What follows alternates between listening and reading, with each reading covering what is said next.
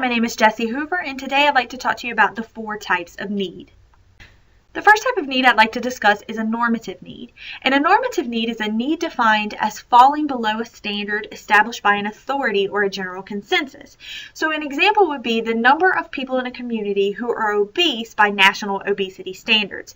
And my little graphic here shows a BMI or body mass index chart, and you plug in your height and you plug in your weight, and it tells you, do you fall into the obese category or the underweight, etc.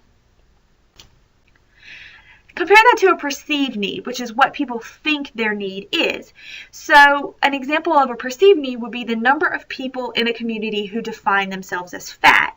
And you can see by this graphic, I have the prevalence of self-reported obesity among U.S. adults in 2011. So they don't fall in any type of standard, they just perceive themselves as obese, and so they report it as such. And as you can see, Louisiana is pretty high on the list of states. The next type of need is an expressed need, which is a need defined in terms by the amount of people who have sought help. So an example would be the number of people who have visited a weight loss clinic. They perceive they have this need, and it is expressed when they visit the weight loss clinic.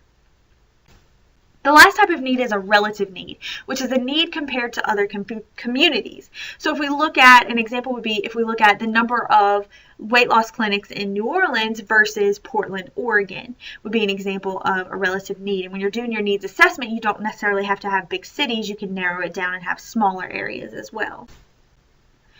So in conclusion, when you're developing a program, and especially developing a needs assessment, you need to consider all 4 types of need. You need to look at normative need, perceived need, expressed need, and relative need. And the goal of your program is to address all 4 types of need. Thank you.